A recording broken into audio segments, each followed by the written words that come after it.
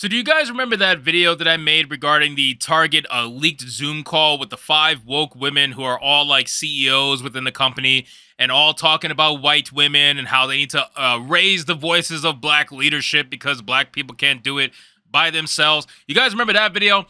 Well, apparently the CEO of Diversity, Equity, and Inclusion, aka the CEO of the fakest job in the world, just recently came out and said that white women need to get to work against America's systematic racism. Yes, Target's Diversity, Equity, and Inclusion Chief Officer demands white women get to work against America's systematic racism. This is where we are with Target as a corporation. And for all of you who are wondering, why is Target getting woke and going broke? This is why. The leadership that is in Target is the reason why it is happening. It says Kiara Fernandez singled out a white person and said that her voice, on the basis of her race, would be given much more weight in the workplace. So let's get into this article, guys. But of course, before we do, just consider giving this video a like so you can push us out into the YouTube algorithm, and consider subscribing because we're trying to get to 30,000 subscribers before the end of Pride Month so I could win my bet against Ryan Roger Athe. If we win, he has to shave his beard live for us on the channel for everyone to see. So if you want to see that go down, ladies and gentlemen,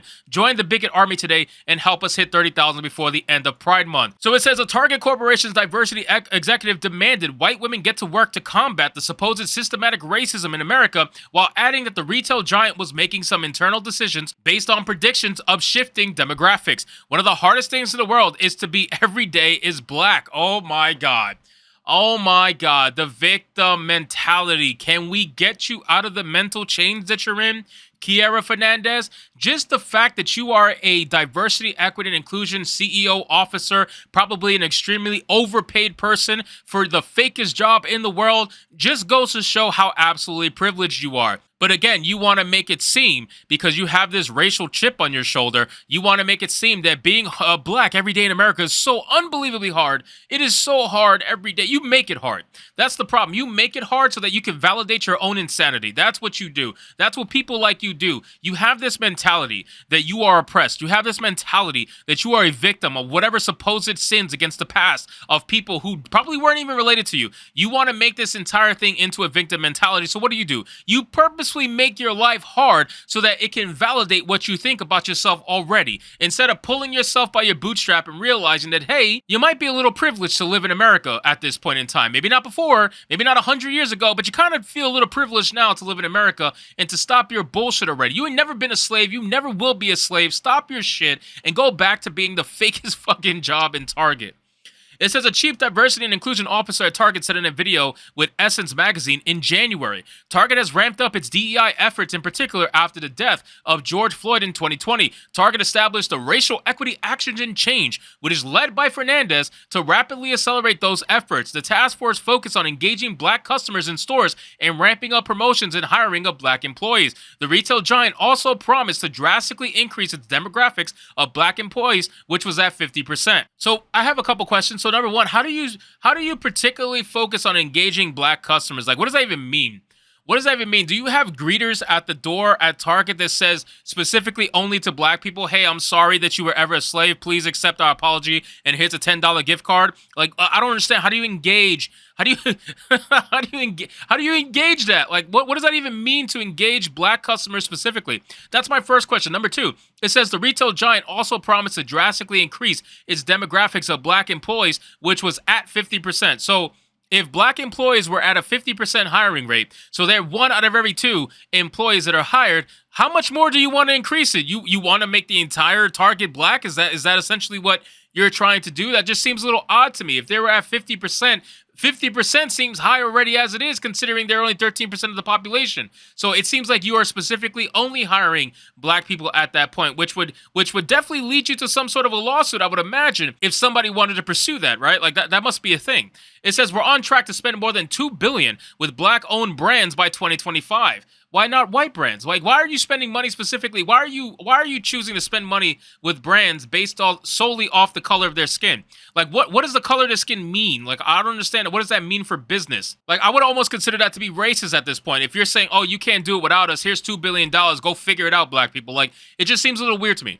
We've also increased our investments with black-owned companies and suppliers, including marketing agencies, construction companies, facilities, maintenance, and more by 50% since 2020. Fernandez told the HR Digest in July 2020 about Target. Now, again, ladies and gentlemen, this all seems very racist to me. Not only that, my other question is, this has been happening for a while, right? We've had corporations donating to black businesses since 2020. What exactly has happened with all those donations? Why is it that almost nothing seems to have changed over the last 2 or 3 years now? You have all this money going into black-owned businesses, and yet, again, not much has happened. It's all relatively stayed the same. So I wonder what exactly is happening with this money. Where is it going, and why is it not benefiting the black community in the long term?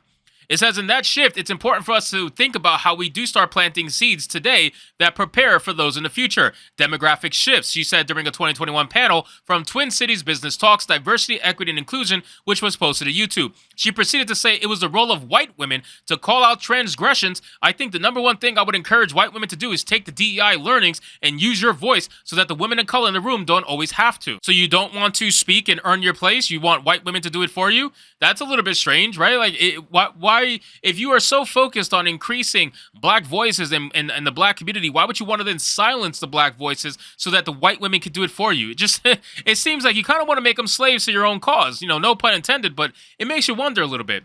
She then singled out a white person present in the panel discussion and said her voice on the basis of her race would be given more weight in the workplace. Why? Why is that? You both are CEOs or high officials in your own respective sections, so why would it be given more than yours? Just the fact that you think that goes to show how deep those mental chains really go.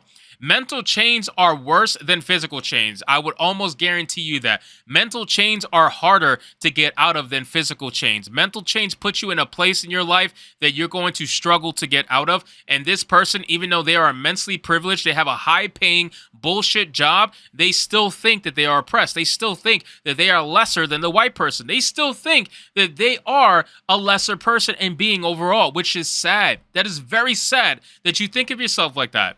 It says, because whether it's right or not, there are places that you and I will go where your voice will be heard differently than mine. That's probably because you're yelling half the time. It says that is why we're doing this work. That is why it's important to have this conversation. We also can't ignore the systematic history that got us here and the things that we have to do differently to remove those barriers. Can you guys explain to me what systems are in place currently? What systems are in place? What systems are you actually talking about? You guys use the same term, systematic racism, systematic history. What systems? Name the systems. Name them. List them. What systems are you referencing? Please. What systems are currently in place that keep black people down? What systems? Oh, but no, it's not about that. No, it is. It is, because if you're going to use specific terms like systematic racism, you have to have a meaning behind it, right? So what systems are in place that keep you down? They keep you so far down that you're getting paid an obnoxious amount of money to do a fake job. What systems are in place? Please, can you explain that? Target Corporation did not immediately respond for requests for comment because they never, ever do. Target's tolerance for intolerance will definitely be a significant challenge to any company that's thinking about how they build a culture. It was talking about culture that's so deeply woven in your strategy, it has to be, she said. It's so daunting. It's not for the faint-hearted, but it gets easier every day. I thought you said being black is hard every day. But I guess it gets easier. Whatever. I mean, you're making it up as you go along. Given the calls for racial equity over the past year, we know that many companies are standing up or deepening their investments in their diversity and inclusion work. DE&I is not meant to rest on one individual's shoulders. She added, this work requires shared accountability and responsibility, which is why it's so critical to create an infrastructure, a system with tools that allow you to integrate DE&I into your ecosystem in a way that truly drives your business. Unfortunately for you, it never drives your business. That's the problem. That last statement right there makes no sense because we have proven and seen time and time again, not only on this channel, but everywhere, that diversity, equity, and inclusion, aka ESG and CEI compliance, never drives your actual business. It is only there to be basically economical blackmail. That's essentially what it is. It's economical blackmail to force these companies to do as they're told in order to get future loans and money from corporations like BlackRock. So anyway, guys, thank you so much for watching this video. I hope you did enjoy it. If you did, consider leaving me a subscribe. I would greatly appreciate it. Don't forget to like the video, comment, let me know what you thought, and I'll see you guys on the next one. Hypnotic out.